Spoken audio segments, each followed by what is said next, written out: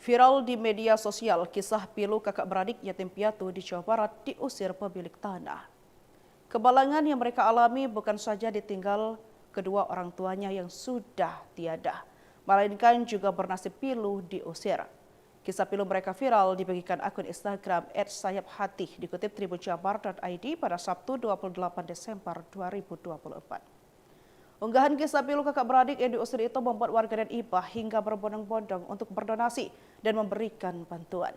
Dalam video yang dibagikan memperlihatkan dua murid SD duduk di lapangan. Pasca ditinggal meninggal kedua orang tuanya, mereka tinggal bersama neneknya.